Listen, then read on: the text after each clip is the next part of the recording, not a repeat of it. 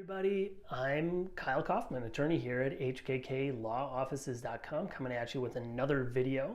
And in this video, I'm going to answer for you what goes into a marital settlement agreement.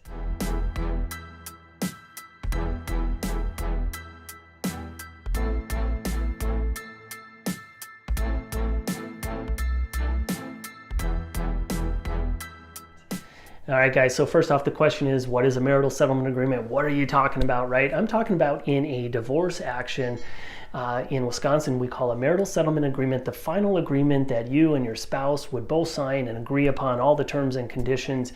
It would be filed with the court. The court would accept your agreement and then grant you a divorce, okay?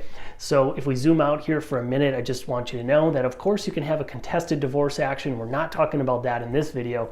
In this video, we're talking about a marital settlement agreement, which means you and your spouse agreed on all of the issues, okay? I'm going to have more videos talking about the contested cases, and those will be very interesting, and I'm sure you'll want to see a lot of those videos too. So we'll be posting those. Watch for those. So in this one, the marital settlement agreement, hey, also interesting and exciting because it means you and your spouse agreed upon all the issues, which is really cool because it gives you certainty and it gives you control over the outcome, right? Sometimes with a trial, if I just go off on a tangent here a little bit, with a trial, it's a little bit less certain and you're leaving the outcome in the hands of somebody else, right? Like a judge. So it's why a marital settlement agreement is really important. So in the cases where you have two parties that can talk and compromise on issues, you certainly want to explore the idea of doing the marital settlement agreement. So what goes into it? A marital settlement agreement is going to include basically all terms that affect your children if you have kids, all terms that affect your finances, your income, assets, debts, and liabilities, okay? So the main components are this, right? If you have children, first off, you need to determine who is going to have legal custody of the children. Joint legal custody or sole legal custody will need to be decided and put in that marital settlement agreement. Physical placement is where the children live, right? And who they spend time with and how often and what the schedule would be. So you're going to want to put that in your marital settlement agreement and include in there, don't forget about the holidays and the times off of school, like spring breaks, winter breaks, and things of that nature. So we're talking about the week-to-week schedule and basically, like I said, all the breaks and holidays as well, all right? So we covered, what do we got so far? Custody, placement. You're going to talk about child support in there as to whether or not one parent is going to be paying child support or not. We're going to talk about healthcare expenses. Who's going to carry health insurance for the children? Is that going to be health insurance, dental insurance, vision insurance?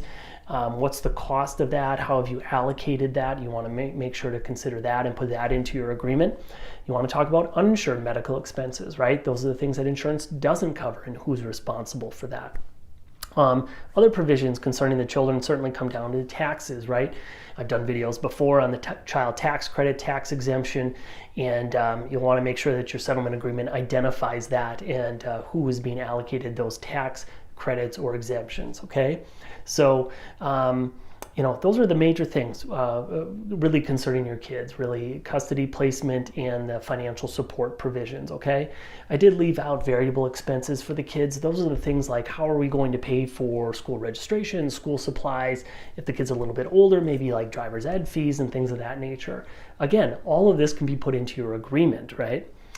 Now, turning to spousal support, Wisconsin calls that maintenance. Other states may call it alimony. Your agreement needs to determine whether or not there'll be spousal support, which are payments from one spouse to the other spouse to help support that person.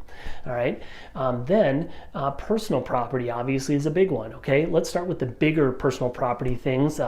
Most common is the home and real estate and how that'll be divided up. Who's getting the house? If somebody's buying somebody out, what's the payoff or the equalization payment for that?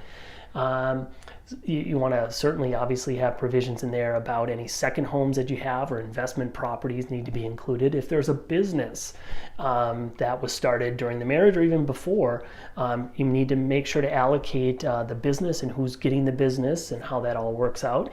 Retirement plans, pension plans, that all needs to be put in there. Bank accounts, checking, saving, money market, CDs, any bank account, right? HSAs, HRAs, all that stuff needs to be considered and placed into the settlement agreement. What about debts? Yes, we need to allocate the debts, right? So we need to figure out who is responsible for the debts and properly lay that out in the settlement agreement so everyone is completely on board and understands the payment of debt, all right? We're going to talk about tax filing, and you're going to file as a married couple up to a certain period of time. Or if you're getting divorced, of course, then you would be filing separately after that. But you may need to have some provisions in there to comply with the IRS and your state tax authority to figure out how you handle taxes for the year that you're getting divorced. All right, so you're going to have other standard language in your settlement agreements that talk about protecting one another from the other party not following through on the agreement. You're going to put standard provisions in there to make sure that people are signing documents like titles and deeds and things like that to transfer property that has to be transferred. All right, so as you can see in a settlement agreement, there is just a lot there, and it's another reason why you want to sit down with an attorney if you don't have one to make sure that you're covering everything. And if you do have an attorney, make sure, again, sit down with your attorney and make sure the details are laid out. Don't let the attorney off the hook by saying, don't worry about it, we don't need to cover that. Absolutely not. You want these things in writing so there's certainty and that you can move on in life. All right, guys, so again, major provisions for a marital settlement agreement. It needs to contain all provisions for your kids and all provisions concerning your income, your expenses, your assets, and your debts. All right. So I hope that helps to give you some understanding of what goes into an MSA. If you want to get more value, please reach out to an attorney like me, ask some questions that are specific to your case, hire an attorney to help you with that matter. It will be worth your time and your money in the long run, and it will give you that certainty that you're looking for.